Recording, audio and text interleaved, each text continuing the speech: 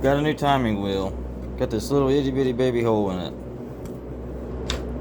Buy a chuck off of Amazon. This was like 15 bucks or something like that. It's a keyless chuck, 1/2 inch. This piece here threads in.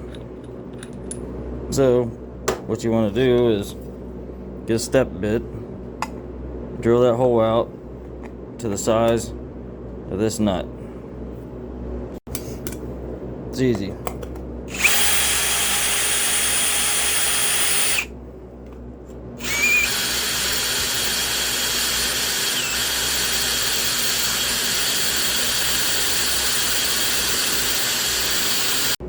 Get it the size you want.